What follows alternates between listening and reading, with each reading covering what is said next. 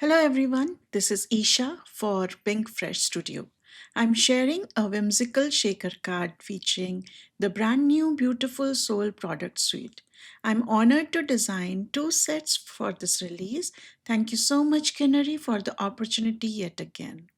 I'm using the beautiful soul press plate, dies, and the stencils.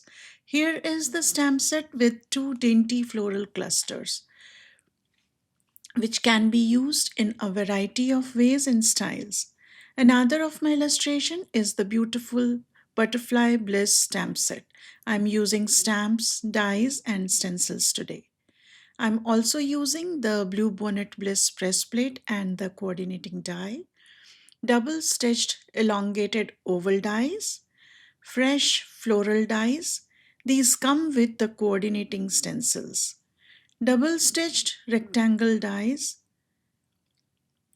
scalloped grid cover plate dies. The ink colors I'm using are Lemon Whip, Mimosa, Candy Violet, Raspberry Bliss, Candy Apple, Ocean Breeze, Waterfall, Paradise, Grassy Knoll, and Calico White.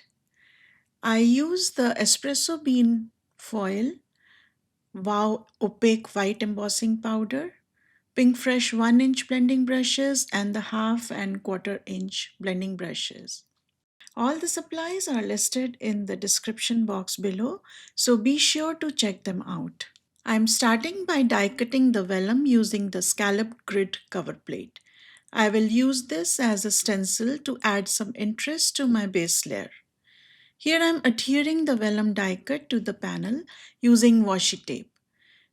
I'm adding post-it notes to avoid getting ink on the rest of the area. Using Ocean Breeze ink and a 1-inch blending brush, I am blending from the center outwards to keep the maximum color concentration in the center and get a faded look as it moves away from the center. After removing the post-it notes and our DIY stencil, we can see the beautiful effect. Now I'm adding some white paint splatters onto the panel. So I just took some acrylic paint on a scrap paper, add some water, and then flicked it with a brush. I use the press plates to foil both the image and the sentiment using espresso bean foil. I prefer to use this foil color for a soft effect. The press plates give a beautiful foiled result. Next is time to play with the colors, my most favorite part of creating. I feel we can let our imagination go wild while playing with colors. I'm starting with stencil number 4 and I'm using grassy knoll ink to sponge the stems and leaves. Start with a light hand and then increase the pressure towards the base of the leaves.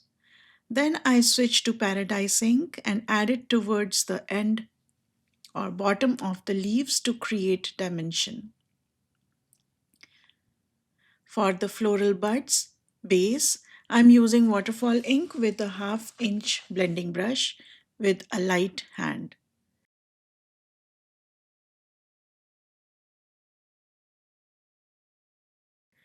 After removing the post-it notes, I'm moving on to the stencil number 1. For the top floral buds, I'm using Lemon Whip ink as our base color. Now I'm adding a touch of depth with Marigold ink. I carefully wipe the stencil to avoid color contamination. Next, I use Mimosa ink on a few of the florals, ensuring to overlap the colors a bit. This gives a seamless blend. Then I'm adding Raspberry Bliss ink lightly. I'm tapping the ink onto the stencil to achieve softer layers.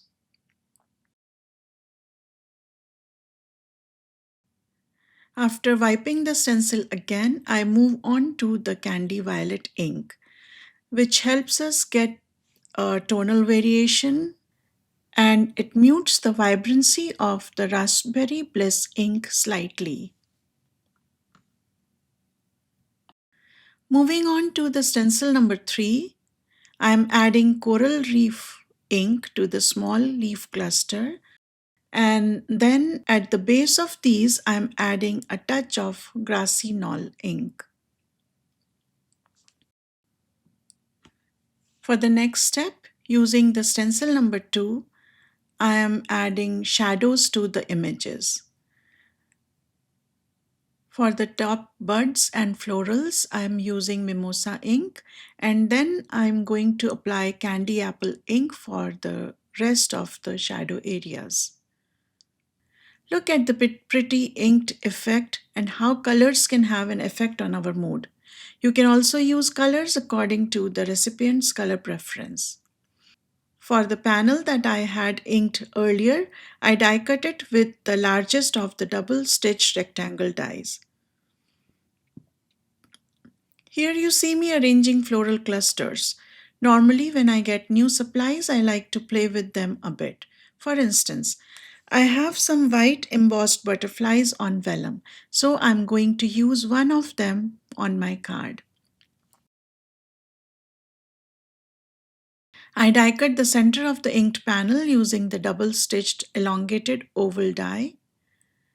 I also die cut an elongated oval from white cardstock using the same die.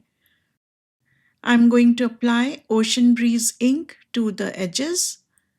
Next, I'm going to adhere this oval die cut to the card base. First, I attach the front panel to the card base with washi tape, and then I secure the elongated oval using liquid adhesive. On the back of this panel, I adhere some adhesive strips and attach acetate to create a shaker window. I place 3D foam strips around the opening, ensuring no gaps to prevent the shaker material from coming out. We don't want our shaker material to come out when the recipient receives the card. Here I am adding iridescent confetti stars, some chunky glitter, and multicolored hard confetti to the shaker well. I like using various textures as my shaker elements. I'm removing the backing paper and applying liquid adhesive to secure the acetate firmly. Cover with the second piece of acetate and press it down with an acrylic block. I die cut some leaves using white cardstock and glacier glitter cardstock. Initially, I thought of adding color using stencils, but I decided to use the negative space of the die cut panel instead. I'm placing the leaves in the gaps, and now I'm going to sponge grassy knoll inks to parts of the leaves with light pressure. To finish, I added waterfall ink to some of the leaf areas. Take your time doing this step because you don't need a lot of color or dimension. Add 3D foam to the edges of the panel, remove the backing paper, and adhere the layer to a turquoise cardstock. This step completes the shaker element. Next, I am using 3D foam tape behind the floral clusters. Remove the backing. Here you see me shaping the edges of the flowers and leaves a little bit before adhering them to the left side of the oval. These images have natural curves to them, so it's easy to layer them together and create the curve.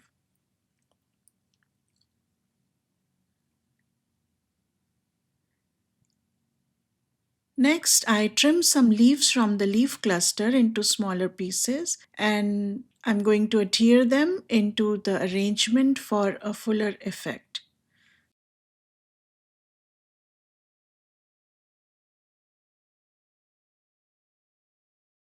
I cut the glitter leaves into smaller segments and will adhere them to the composition.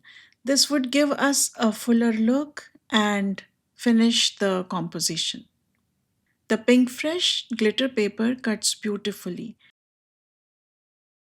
For the sentiment, I use 3D foam tape to add dimension. Remove the backing paper and attach it to the card.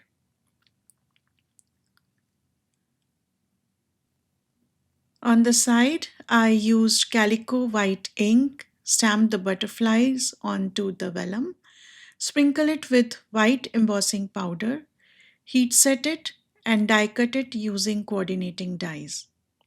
I want to add color to my butterflies, so I'm using the coordinating stencils. First, I'm applying mimosa and candy violet ink to the front wings. Using the next stencil, I colored the backside of the wing with the same colors, mimosa at the top and candy violet at the bottom. I kept the colors similar to the floral image. I am using Ocean Breeze ink to the design in the lower wing. For the butterfly's body and for the antenna, I am using Metropolis ink. Coloring on vellum creates a beautifully soft effect, which I adore for my images. Finally, I adhere the butterfly to the card using liquid adhesive. I like how this card came together and all the elements blend well. This concludes my card for today. I hope you enjoyed today's project as much as I did. If you like this tutorial, don't forget to like the video, subscribe to the channel, turn on the notifications so you never miss out on new crafty inspiration. Thank you for joining me today. Until next time, happy crafting and bye bye.